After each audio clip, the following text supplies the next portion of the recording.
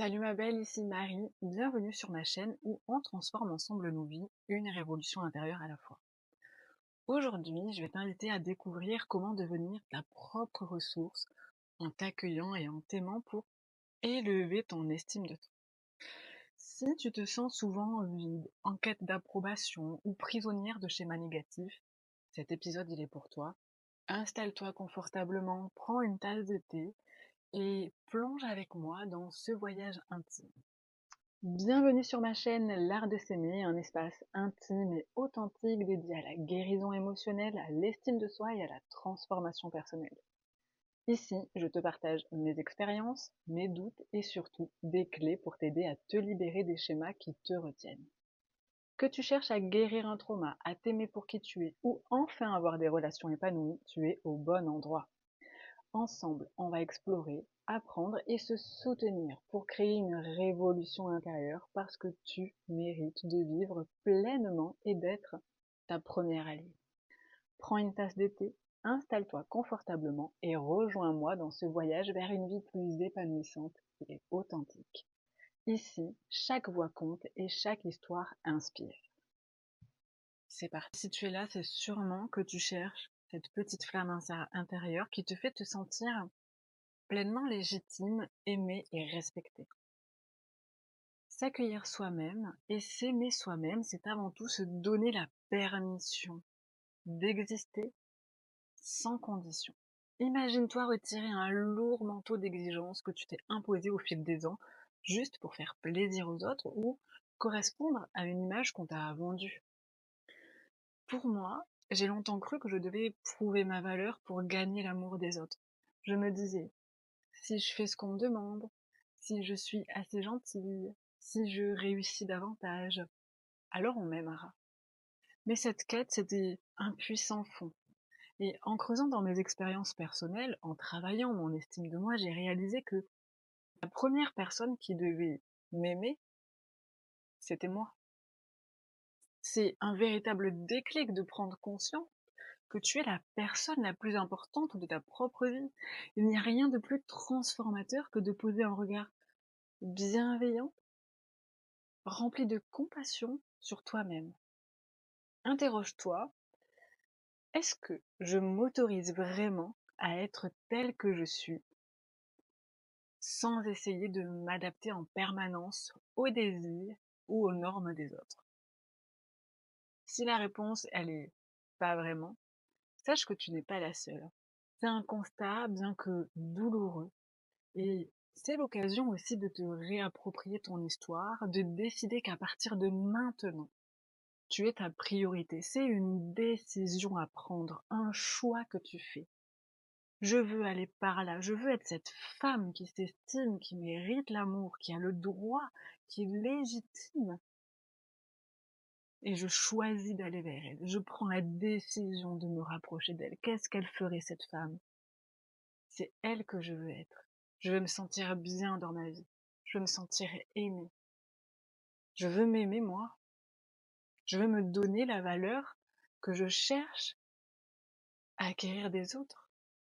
Parce qu'une fois que je reconnais ma propre valeur, j'ai plus besoin de me soumettre à l'amour, à la validation, aux exigences des autres. Je sais qui je suis, je sais ce que je vaux. Je fais mes choix. Je m'affirme. Je prends ma place. Et tout le reste autour suit. Je ne perds rien, je gagne. Alors maintenant, pourquoi ce manque d'auto-accueil est si enraciné en nous? Souvent, il trouve racine dans des blessures émotionnelles anciennes, parfois ignorées, parfois banalisées, une remarque d'un parent, un système familial où on parlait pas trop des émotions, ou encore des valeurs culturelles qui prônent la réussite à tout prix. Et ces expériences qui sont renforcées par la société, les médias, ont pu t'inculquer l'idée que ta valeur, elle dépend de quelque chose à l'extérieur de toi, que ça dépend de ce que tu fais, de ce que tu es en fonction de quelque chose à l'extérieur. Cependant, les neurosciences, elles nous rappellent que grâce à la neuroplasticité, notre cerveau, il peut changer, et du coup, t'es pas condamné à ressentir ce doute éternellement. Il suffit d'abord de prendre conscience de tes schémas, ces mêmes schémas qui peuvent venir d'un héritage familial, un modèle de silence, de perfection apparente que tu reproduis sans forcément t'en rendre compte. Et en thérapie systémique, on voit comment cette transmission se perpétue de génération en génération, créant ce que je disais tout à l'heure, cet héritage invisible qui t'empêche d'être toi-même, qui t'enferme parce que c'est comme ça que l'on agit dans ma famille, parce que c'est comme ça que je vois que les choses se passent et du coup, c'est ce que tu fais. Demande-toi qu'est-ce qui, dans ton histoire, dans tes conditionnements, te pousse encore à croire que tu n'es pas assez. Si tu prends le temps de creuser cette question, tu vas venir toucher un point névralgique de tes blocages. C'est un moment précieux où tu peux commencer à défaire ces nœuds un à un, à l'aide d'un accompagnement, aussi à l'aide de l'autocompassion. C'est un outil hyper puissant, c'est vraiment un travail de fou. Souviens-toi que en clarifiant tes schémas, en reconnaissant que tu n'es pas né pour te conformer à des attentes irréalistes, tu fais le premier pas vers la libération de cette pression invisible. Et c'est là, dans cette prise de conscience, que va naître le mouvement intérieur, le mouvement de l'affirmation de soi, de la confiance et du véritable amour de soi. Alors, dès aujourd'hui, tu peux choisir, tu peux décider de t'autoriser à être imparfaite et à t'aimer dans cette imperfection. C'est vraiment un acte révolutionnaire, un élan qui pourrait changer ta vie, et pas seulement la tienne, mais aussi celle des femmes qui t'entourent, qui vont te voir changer, qui vont te voir t'incarner en créant un nouveau modèle où on s'accueille et on s'aime sincèrement, sans la crainte du jugement. Ça va pouvoir aussi influencer tout ton système familial, tout ton système relationnel autour de toi, qui va s'inspirer de toi, qui va aussi agir et réagir de façon, soit ils vont aller dans ton sens, soit pas, mais s'ils ne te suivent pas quand tu es toi-même, eh ben tant mieux, tu gagnes. J'ai cette expression qui me touche beaucoup, c'est qui perd gagne. Essaye de le visualiser à ta vie, tous ces moments où tu as eu la sensation de perdre, où ça t'a créé un espèce de vide immense à l'intérieur de toi, et où finalement, tu as gagné quelque chose de bien plus grand, de bien plus conforme à toi-même, de bien plus nourrissant.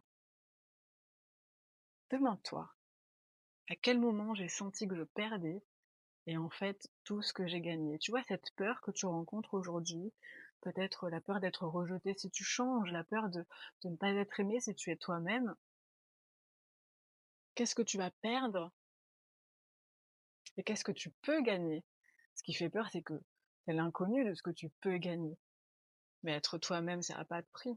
Et être aimé pour qui tu es encore moins. Mieux vaut être aimé par 5 personnes pour qui tu es que par 15 pour ce que tu leur fais croire que tu es. À te perdre dans ces relations. Même une seule personne. Alors maintenant, voyons comment changer tout cela, comment devenir sa propre ressource.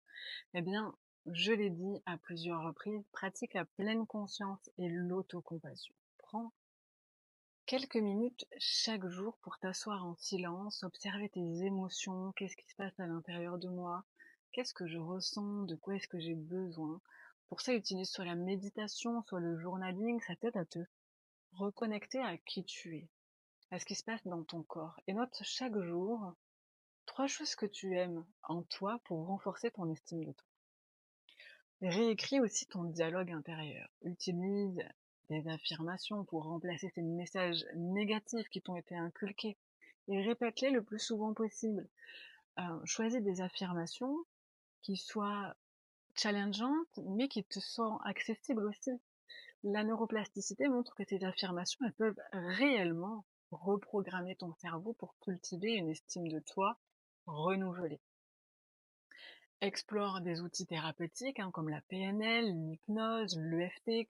C'est des techniques qui te permettent de libérer les blocages et de guérir les blessures profondes sans te confronter brutalement à la douleur. Personnellement, j'ai trouvé que l'hypnothérapie offrait un espace doux pour revisiter ses souvenirs et aussi transformer les croyances limitantes. Je t'invite aussi à adopter une approche systémique. Comprends que les schémas familiaux et culturels influencent ta vision de toi-même. En travaillant sur ces dynamiques, par exemple, ça peut être une thérapie de groupe ou individuelle, hein, tu peux te libérer d'héritages qui te retiennent. Et je t'invite aussi à faire un travail autour du corps pour libérer ces différents traumas. Devenir ta propre ressource, ça commence par t'accueillir et t'aimer pour ce que tu es. Tu mérites de vivre pleinement sans dépendre de la validation des autres. Ta transformation, elle commence par un petit geste d'auto-accueil, un pas vers toi, vers l'amour inconditionnel de toi-même. Et si tu es prête à entamer ce voyage et à élever ton estime de soi, je t'invite à découvrir mes accompagnements. Ensemble, on travaille à reprogrammer ton inconscient, à libérer ton potentiel émotionnel pour que tu puisses enfin vivre en harmonie avec ton être profond. Laisse-moi un commentaire pour partager ton ressenti sur cette vidéo.